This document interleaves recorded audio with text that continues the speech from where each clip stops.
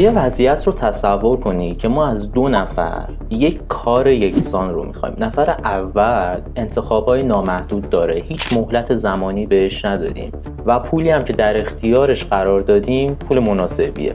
نفر دوم رو تصور کنید با انتخاب‌های بسیار محدود، مهلت زمانی فشرده و بودجه محدود. حالا به نظر شما از این دو نفر کدومشون میتونن اون کار رو با موفقیت انجام بدن؟ مثلا توی عموم ما حدسمون این باشه که نفر اول بتونه اون کار رو بهتر انجام بده، اما از نظر دیوید اپستین توی کتاب اینسایت باکس این مورد برعکسه.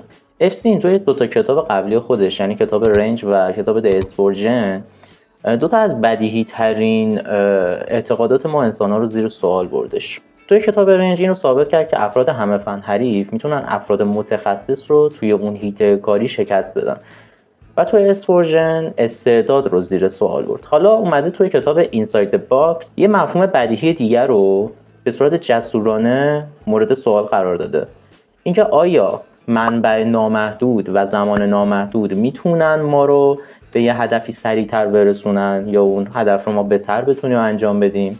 و جواب این بوده که نه. انتخاب نامحدود و منابع نامحدود به جای اینکه بخوان کار رو بهتر بکنن برای ما، باعث درجا زدگی ما میشن. تو این ویدیو هم ما قراره عمیقا وارد این مبحث بشیم و ببینیم که چطور اون باکس یا اون جعبه میتونه بهترین ابزاری باشه که ما در اختیار خودمون داریم و بتونیم باهاش کارها رو بهتر انجام بدیم. حالا بیایم با یک سوال کوچیک این مبحث رو شروع بکنیم. به نظر شما ما چقدر در روز تصمیم میگیریم؟ از تصمیمات کوچیک تا تصمیمات بزرگ.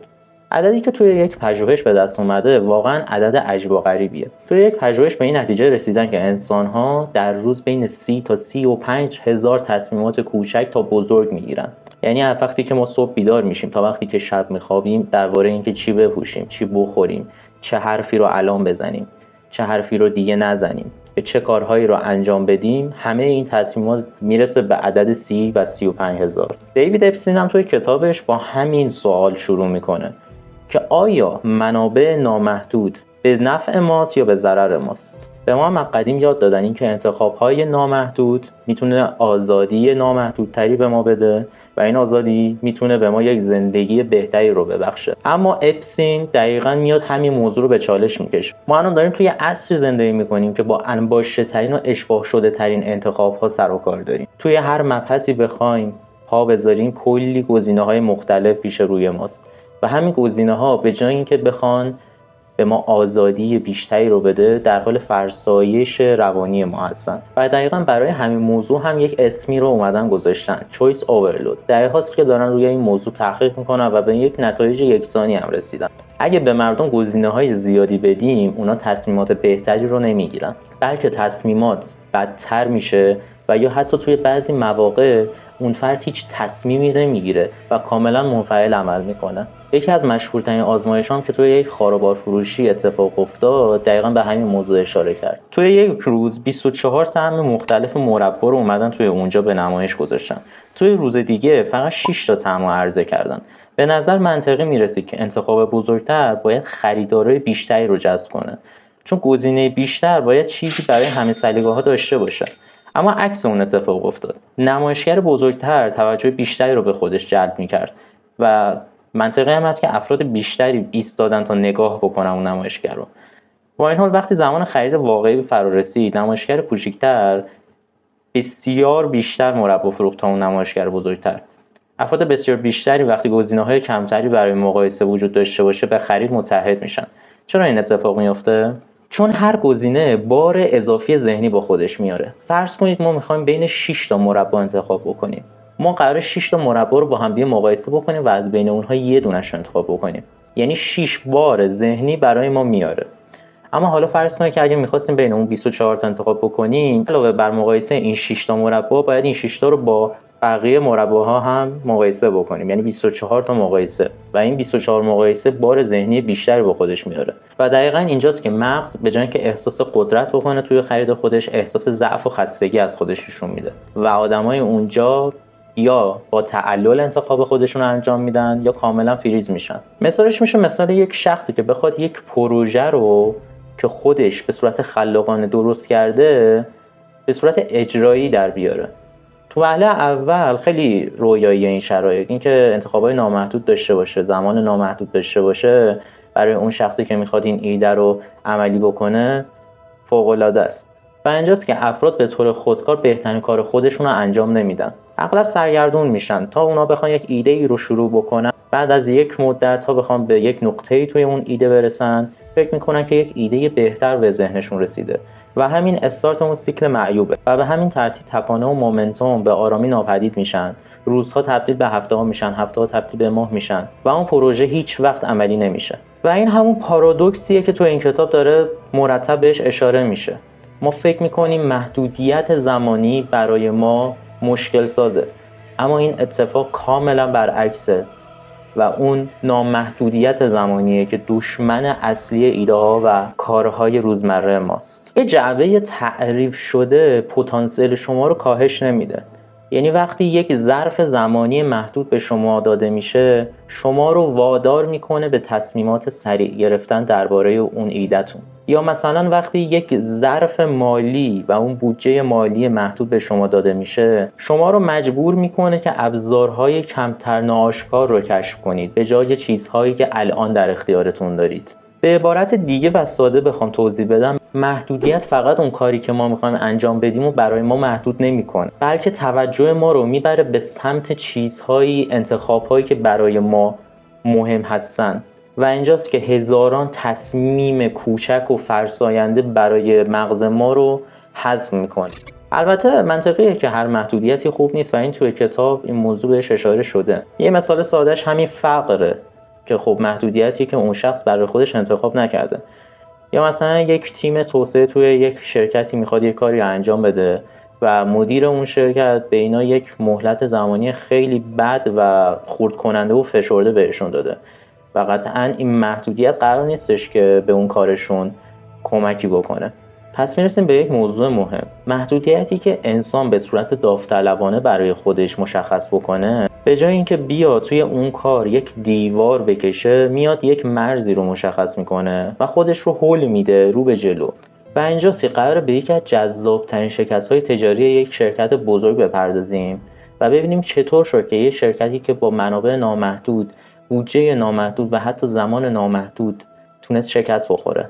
تو اوایل دهه 1990 یه شرکتی به نام جنرال ماجیک که احتمالاً اسمش رو شنیده باشید، یکی از آینده‌دارترین شرکت‌های فناوری تو تمام جهان به شمار میرفت. این شرکت توسط مهندسان نابغه تأسیس شده بود که چندین نفر از اونها به ساخت ابزارهای اصلی اپل کمک کرده بودن. اونا آماتور نبودن، اونا برخی از تیزهوش‌ترین ذهن‌ها رو تو صنعت فناوری تو اون زمان داشتن. جنرال ماجیک میخواست یک گوشی هوشمندی که شما فکر کنید یک دهه قبل از اینکه آیفون اصلا به فکرش برسه که میتونه همچین چیزی درست بکنه رو اون موقع درست بکنه. و الان بخش جالب ماجرا شروع میشه. جنرال ماجیک توسط بخشی از بزرگترین کمپانی‌ها حمایت میشد. یعنی اپل تو اون سرمایه‌گذاری میکرد، سونی تو اون سرمایه‌گذاری کرده بود، موتورلا تو اون سرمایه‌گذاری کرده بود و این شرکت بودجه فوق‌العاده‌ای داشتش. پس به این نتیجه میرسیم که این شرکت هم بودجه فوق‌العاده‌ای داشته، هم زمان فوق‌العاده‌ای داشته و هم ابزارهای لازم رو داشته برای این کار. تقریبا خواسته هایی که هر شرکتی اون موقع آرزوشو داشته، اما سقوط کرد. چرا؟ آیا فاقد منابع بود؟ نه، جواب اینجاست که این شرکت به خاطر این سقوط کرد و شکست خورد چون فاقد محدودیت بود. یعنی تیم های اون شرکت اون موقع به جای اینکه بیان به صورت یک راه حل قاطع و همگرا متحد بشن، همه‌اش به فکر گسترش اون ایده بودن. یعنی هر ایده‌ای که به یک نقطه میرسوندنش، به جای اینکه بیان با هم دیگه بگن خب این الان خوبه، بیاید همین رو به بازار بفرستیم و ببینیم که چقدر فروش میکنه، می اومدن هی اون ایده رو گسترش میدادن، هی بهش چیز اضافه میکردن، چون زمان نامحدودی داشتن و منابع تا دلتون بخواد داشتن و جمع تمام این منابع میشد نبودن کمیابی.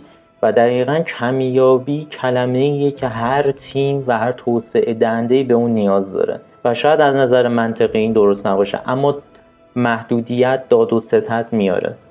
یعنی انسان‌ها رو مجبور میکنه که با محدودیت شروع بکنن به داد و ستد کردن و همین داد و ستد کردن باعث پیشرفت اون تیم توسعه میشه. حالا میرسیم به یک مثال جالب درباره زمان محدود.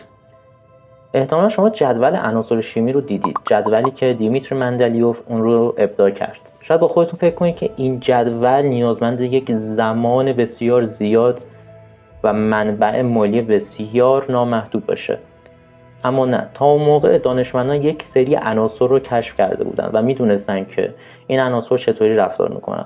اما دیمیتری مجبور بود که یک کتاب شیمی بنویسه، اونم توی یک زمان محدودی که واسش مشخص شده بود. اما مندلیوف چیکار کرد؟ مندلیوف نیاز داشتش که توی کوتاه‌ترین زمان و به صورت خیلی واضح این عناصر رو بتونه به دانش آموزای خودش درس بده توی اون کتابش. اینجا بود که مجبور شد به دنبال یه الگوی زیربنایی بگرده، الگویی که به اون اجازه بده این عناصر به طور کارآمد به عنوان گروه‌های به هم پیوسته آموزش داده بشه. کشف کرد که عناصر میتونن بر اساس خواص خودشون توی یک الگوی تکرار شونده و قابل پیش‌بینی مرتب بشن و اون کشف به جدول تناوبی رسید. این مثال محدودیت فقط توی بیزنس‌ها و کسب و کارها پیدا نیستش، توی روابط ما، تعهداتمون به هم دیگه و مثلا روابط اجتماعی بین فردی خودمون خیلی کارآمده.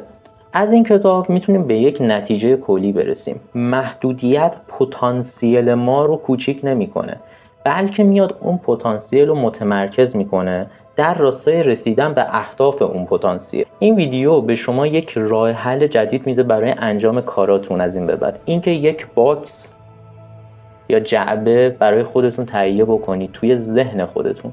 توی این جعبه باید یک سری چارچوب کاری برای خودتون مشخص بکنید که این چارچوب میتونه شامل زمان باشه، شامل بودجه باشه، شامل منابعی که در اختیارتون دارید باشه و شامل اون پتانسیل کاری خودتون. و تمام اینها تو اون جعبه کاری شما باعث میشن که با داشتن یک چارچوب بهتر بتونید اون کار رو خیلی عالی‌تر انجام بدید. و همونطور که خودتون میدونید و داخل این ویدیو گفته شد، برای خودتون زمان نامحدود نذارید برای انجام یک کاری. جمله معروفی هم هستش که هر کسی که داخل یک کاری متخصصه میگه اینه که شروع به انجام دادن اون کار بکنید قبل اینکه برای خودتون یک زمان نامحدود در نظر بگیرید، اینکه هر وقت اوکی شد انجام میدم. این جمله هیچ وقت اتفاق نمیفته و شما با نامحدود کردن خودتون اون ایده رو کامل میکشید قبل اینکه حتی به اجرا در بیاد.